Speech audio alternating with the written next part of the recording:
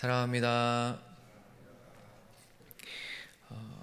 마가복음이 한창 진행되고 있습니다. 마가복음은 사복음서 중에서 가장 짧은 성경이고 그만큼 예수님의 행적에 대해서 압축적으로 그리고 정말 해야 될 말만 하고 싶은 말만 기록해 놓은 성경이다라고 이해를 해도 아마 괜찮을 겁니다.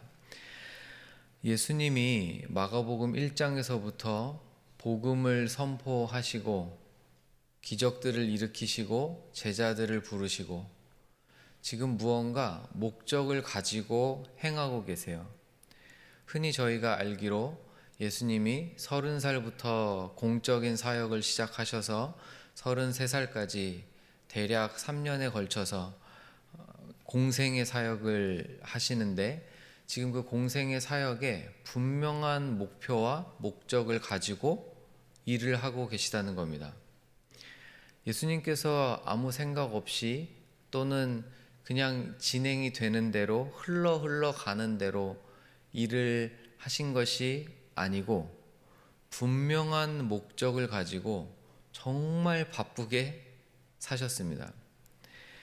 마가복음에는 특히 강조되고 정말 흥미롭게 되어 있는 부분이 몇 가지가 있는데 그 중에 하나는 예수님께서 어디를 다니셨는지를 굉장히 자세하게 그리고 빠르게 밝혀놓는다는 점입니다. 심지어 예수님이 바닷가에서 설교하셨는지 육지에서 설교하셨는지 산에서 설교하셨는지 특히 바닷가가 매우 강조가 되는데 이런 부분들이 마가복음의 짧은 성경인데도 마가복음에 제일 많이 반복되고 강조를 해놨어요. 그거는 이 성경을 기록한 마가가 분명히 무언가를 알려주고 싶다는 거죠. 패턴이 거의 이렇게 됩니다. 예수님이 유대인들의 땅에서 특히 가버나움을 중심으로 사역을 하시는데 가버나움에서 사역하시다가 가끔은 고향도 가셨다가 이렇게 왔다 갔다 사역을 하시다가 바닷가로 오세요. 그럼 바닷가에서 대부분 대규모의 설교를 하십니다. 그리고 나서는 꼭 배를 타고 건너가세요. 그렇게 해서 건너간 땅은 유대인들의 땅이 아니고 가나안 땅이 아니고 약속받았던 여호수아로부터 들어갔던 그 약속받은 땅이 아니라 이방 땅에 왔다라는 표현을 합니다. 오늘 저희가 읽은 이 본문도 5장, 6장에서 사역을 하시고 이제 이방 땅으로 건너온 장면이에요. 그래서 여기서 수로보니게 여인을 만났다고 아예 표현을 해주는데 26절에 그 여자는 헬라인이고 수로보니게 족속이다 라고 지금 예수님이 사역하시는 곳이 이방 땅이고 만나는 사람들이 이방인이다 라는 것을 굉장히 확실하게 두드러지게 보여줍니다. 5장 1절에 바다를 건너편 거라사인의 지방에 가셨을 때 처음으로 이제 배 타고 넘어가신 건데 그때 군대 귀신 들린 사람을 고치세요. 여기도 이방인 땅입니다. 그리고 이 사람 한 명 고치시고 사람들이 예수님을 거의 쫓아내다시피 해가지고 다시 5장 21절에 배를 타시고 맞은편으로 건너오셨다. 다시 유대인들의 땅으로 건너오셨다는 걸 가르쳐줘요. 그리고 거기서 사역하시고 고향에 갔다가 배척받으시고 다시 바닷가에 오셔서 사역하시다가 또 배를 타고 6장 53절에 건너가 게네사렛 땅에 이르고 이 패턴이 지금 계속 보여주는 이유가 있는 거죠. 결론만 말씀드리면 지금 예수님은 유대인들에게 하나님의 나라를 선포하시고 설교하시고 가르치시고 그 능력을 보이신 뒤에 귀신을 쫓으시고 병든 자들을 고치신 뒤에 어디로 가신다? 이방 땅으로 가세요. 이방 땅으로 가셔서 동일하게 뭐 하시냐면 하나님 나라를 선포하시고 그 능력을 보여주세요. 귀신을 쫓고 병들을 고치시고 이 사역을 지금 유대인들에게 먼저 하시고 그 다음에 유대인들이 아닌 이방인들에게도 동일하게 하시는 겁니다. 이걸 가장 잘 보여주는 사례가 오병이어 5천 명을 먹이신 사건은 유대인들의 땅에서 행하시는 거예요. 그 다음에 4천 명을 먹이신 칠병이어는 이방인들의 땅에서 하시는 겁니다. 유대인들에게 행하신 모든 이적과 능력과 하나님 나라의 선포를 이방인들의 땅에서도 그대로 다 행하세요.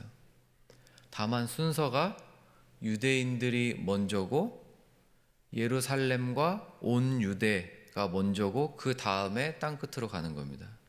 이것이 하나님께서 태초부터 정해 놓으신 순서, 좀 더 성경적인 표현을 빌리자면 질서를 세우시는, 이것이 구약의 유대인들이 받았던 복이자 언약의 약속이기 때문에 유대인들이 먼저인 거예요. 그 뒤에 이방인들에게로. 그러나 차별이 있는 것이 아니라 동일하게 행하시는 겁니다. 이 순서를 따라서 예수님도 유대인들에게 먼저 행하시고 그 다음 이방 땅에서 행하시는 거예요.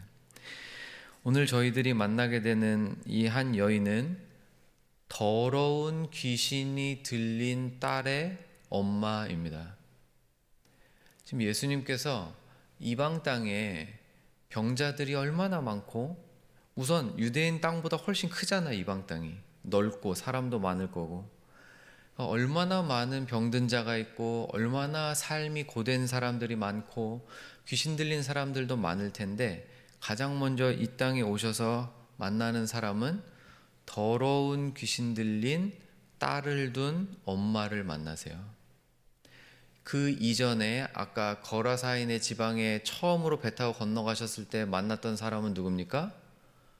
더러운 군대 귀신 들린 자였어요.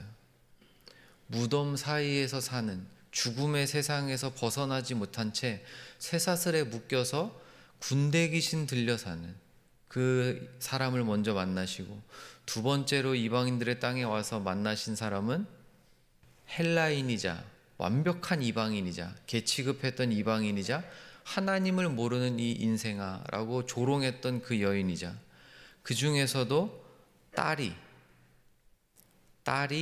더러운 귀신에 들린 여인이에요. 이 여인의 인생은 잠깐만 생각해봐도 어땠을지를 쉽게 짐작할 수 있습니다. 저희의 자녀가 조금만 산만해도, 학교에서 친구 관계가 조금만 어그러져도, 저희 아이들이 어디에서든지 진짜 마음의 상처를 입고 오면 부모의 마음은 참 아프죠. 비교할 수 없을 정도로 참 정말 이성이 막 흔들릴 정도의 경험들을 저희가 그렇게 많이 하지 않을 텐데, 그 중에 하나가 자식들에 관련된 문제 아니겠습니까? 근데 성경이 아예 보증을 해놨어요. 더러운 귀신 들린 딸이다.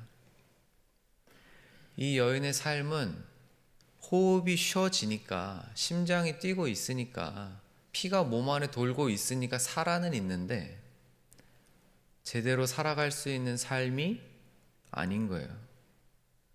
이 딸을 정상으로 돌릴 수만 있다면, 내 딸의 이 말도 안 되는 이 상태를 고쳐낼 수만 있다면 뭘 못하겠습니까? 근데 뭘 해도 안 되는 거예요. 뭘 해도 안 되는 거예요. 그렇게 1년, 2년, 3년, 몇 년일지 모르겠지만 이미 긴 세월을 좀 보냈어요. 그렇게 정말 죄와 악을 가장 잘 보여주는 상태, 사람이 죄와 악의 아래에서 살 때 어떠한 삶을 살 수밖에 없는지를 가장 잘 보여주는 상태가 이런 모양인 겁니다. 그래서 예수님이 이 여인을 만나세요. 당연히 예수님의 소문을 들었으니까 왔겠죠. 이미 이때는 처음 오신 것도 아니고, 그리고 워낙에 막 말도 안 되는 이적들을 일으켜 놓으셨기 때문에 이때쯤 와서는 이미 예수님은 거의 슈퍼스타에 가까웠고, 그리고 대적자들이 예수님을 죽이려고 막 모함하기 시작하는 시점입니다. 이 예수님에 대한 소문을 알고 와서 고쳐달라고 간구를 했겠죠. 근데 예수님 굉장히 매정하게 대답하십니다. 자녀들에게 줄 떡을 개한테 주는 것이 옳지 않다. 명확하게 선을 그으세요. 예수님 이 순서에 따라서 유대인들이 먼저다. 유대인들이 먼저야. 너희에게 줄 게 없어. 그때 이 여인이 뭐라고 대답하냐면 28절 여자가 대답하여 이르되 주여 옳소이다. 당신의 말이 옳습니다. 그런 게 어디 있어요? 그런 게 어디 있습니까? 이렇게 불공평하고 억울한 게 어디 있습니까? 이 여인의 대답은 이렇게 나오지 않아요. 지금 예수님이 차별하는 겁니까? 이런 식으로 나오지 않아요. 지금 교회가 뭐 하는 겁니까? 이런 식으로 나오지 않아요. 주여, 당신은 주인이시고 당신의 말은 옳습니다. 이 말을 하고 그 다음에 한 번 더 붙인 게 그러나 개들도 상 아래에서 흘린 부스러기라도 먹지 않습니까? 이 대답은 예수님의 어떤 감정을 막 이렇게 건드린다거나 진짜 나 불쌍한 여자요 이 애걸을 한 내용이 아니고 지금 이 여인이 알고 있는 거예요. 누가 먼저다? 지금 예수님의 사역이 행하고 계시는 게 아무 생각 없이 행하실 분이 아니라는 것을 이 여인이 아는 거예요. 주여 옳습니다. 당신의 말이 옳습니다. 당신은 주권자이십니다. 당신은 진짜 주인이신데 당신의 말이 옳은데 그러나 이미 이전에 거라사인 지방에서 군대 귀신 들린 자 고쳐주시지 않았습니까? 당신 사람을 가리시지 않고 치유를 베푸셨고 말씀을 가르치고 계시는 것 저 들어서 알고 있습니다. 부스럭이라도 줬사오니 은혜를 주십시오. 은혜가 뭐죠? 자격이 없는 자에게 값없이 주시는 하나님의 사랑입니다.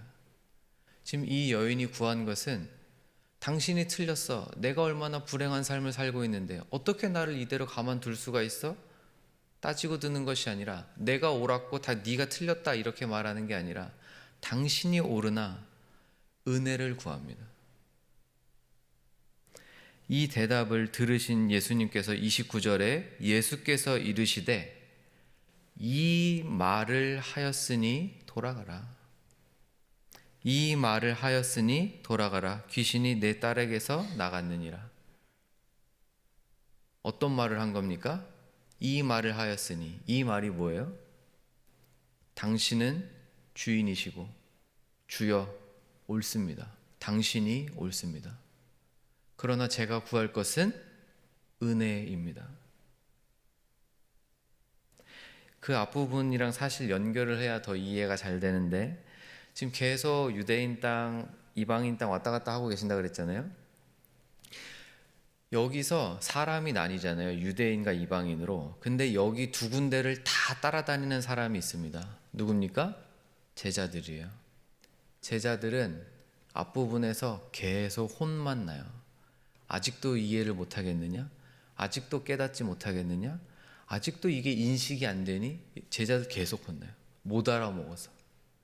근데 지금 이방인 땅에 와서 헬라 여인인 이 수로보니게 여인이 완벽하게 예수님이 누구신지, 예수님이 행하신 일들의 의미가 무엇인지, 자신의 처지가 어떠한 처지인지, 자신이 구해야 될 것이 무엇인지를 정확하게 알고 있는 거예요. 이 말을 하였으니 돌아가라. 저희는 가끔 신앙생활을 하면서 잘못한 죄라고 말할 수는 없는데 제자들이 하는 행위들이 죄는 아니거든요. 근데 깨닫지를 못하는 거예요. 마가복음 끝까지 갑니다. 끝까지 제자들이 못 깨닫거든요. 진짜 무섭게 끝이 나요. 마가복음은. 아직도 깨닫지 못하였느냐. 이게 제자들이 제일 많이 들은 말이에요. 마음이 둔하여 깨닫지 못하더라. 저희도 가끔은 신앙생활을 하면서 신앙생활 바르게 하는 게 맞는데 가끔은 우리의 삶에 너무 큰 문제들, 우리의 삶에 매몰되어서 예수님이 지금 진짜로 하시고 계시는 것, 하나님의 나라를 세워가신다는 이 정말 가장 크고 위대하고 아름다운 이 사역을 저희 머릿속에서 기억하지 못할 때가 많습니다. 이 여인의 이야기가 자주 기억이 나셨으면 좋겠어요. 이 말을 하였으니 안심하고 돌아가라. 귀신이 네 딸한테서 나갔다. 너의 말이 옳도다. 여인이 한 말이 무엇입니까? 예수님, 당신은 주인이시고 당신의 말이 옳습니다. 제가 구할 것은 오직 은혜입니다. 이 여인의 말이 저희들의 기도의 제목이 되었으면 좋겠습니다.